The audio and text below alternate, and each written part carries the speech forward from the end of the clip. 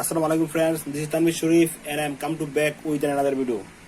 গতবার আমরা শিখেছিলাম যে শতকরা সম্পর্কে বেসিক একটি ধারণা দিয়েছিলাম।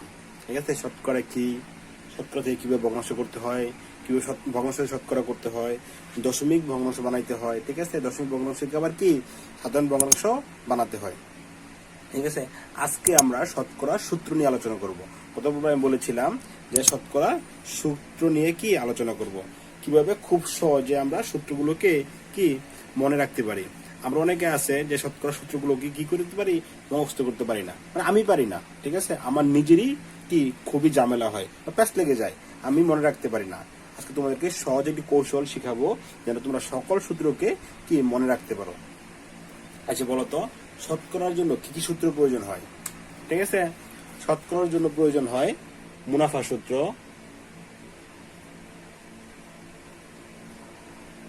শতকরার জন্য প্রয়োজন হয় কি মুনাফা। কি প্রয়োজন হয়? মুনাফা। তারপর প্রয়োজন হয় মূলধন। তারপরে কি প্রয়োজন হয়? মূলধন। তারপরে দরকার হয় সময়, টাইম, নাম্বার অফ টাইম। ঠিক আছে, সময় দরকার হয়। তারপরে দরকার হয় হার দরকার হয়। কি দরকার হয়? হার দরকার হয়। ঠিক আছে, আর দরকার কি হয়? সুদ আসল। সুদ আসল বলতে বোঝায় মানে সুদ আসল। সুদ আসল, ঠিক আছে, মানে সুদ যোগ আসল একসাথে। আবার মূলধনকেই বলা হয় আসল।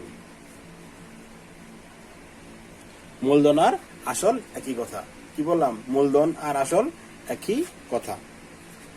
ঠিক আছে, আর দেখো মুনাফা, মুনাফা মানে কি? লাভ। মুনাফা মানে কি? সুদ। আশা করি তোমরা বুঝতে পেরেছ। কি মুনাফা মানে লাভ, মুনাফা মানে কি? সুদ। আর মূলধন মানে কি? আসল। আসলটা কি বলতো? আসল হলো যে বিনিয়োগকৃত টাকা কি আসল বলা হয়? বিনিয়োগকৃত টাকাকে আসল বলা হয়। তোমরা ব্যাংকে গেলা, ব্যাংকে তোমাদের অবশ্যই তোমাদের যে গার্জিয়ান আছে তাদের কিছু না কিছু টাকা বা চাকরি করে তাদের টাকা ব্যাংকে আসে। এখন তুমি কি করলা? ব্যাংকে গিয়ে 5,000 টাকা ব্যাংকে রাখলা। 5,000 টাকা কি করলা? ব্যাংকে রাখলা। যেই টাকাটা তুমি ব্যাংকে রাখলা বা বিনিয়োগ করলা তাকে কি বলা হয়? আসল। তাই কি বলা হয়? আসল। আর 1 বছর পরে তোমাকে ব্যাংক থেকে 5,500 টাকা দিল। 5,500 টাকা দিল। ঠিক আছে, তুমি রাখলা 5,000 টাকা, 1 বছর পরে দিল 5,500 টাকা। আচ্ছা বলো তো, দিছিলা তো মাত্র 5,500 টাকা, কি বেশি পাইছো না?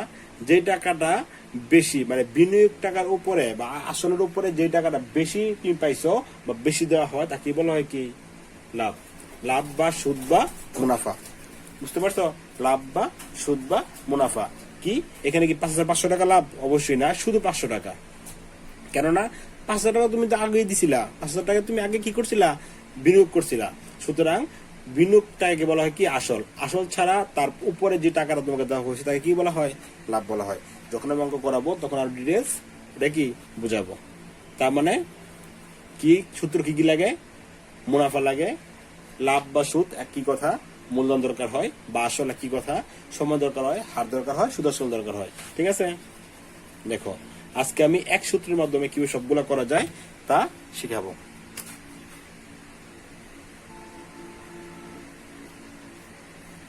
কি সূত্র? দেখো একটা সূত্র আমরা দেখি, মুনাফার সূত্রটা আমরা দেখি যে মুনাফা সমান সমান কি? মুনাফা সমান সমান আসল গুণ হার গুণ সময় বা 100। এটা মুনাফার সূত্র। কি? মুনাফা সমান সমান আসল গুণ হার গুণ সময়। আর সব সময়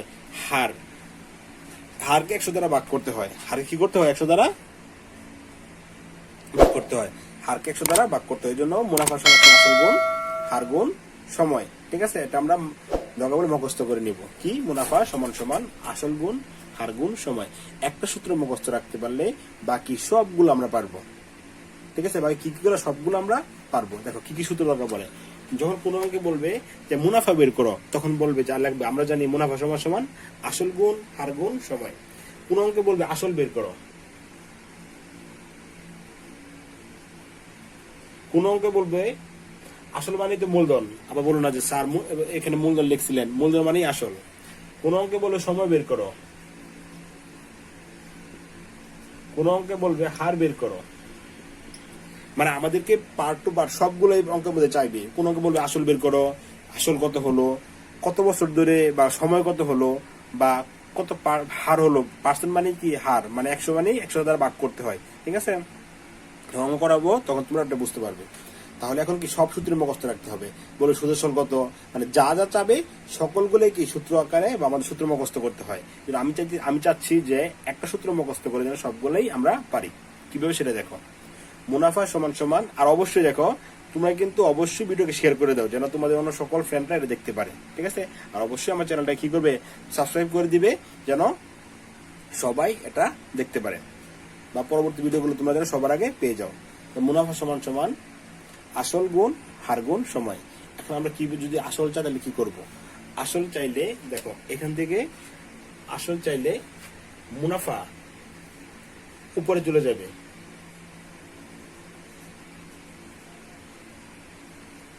মুনাফা উপরে চলে যাবে, কি চলে যাবে, মুনাফা উপরে চলে যাবে।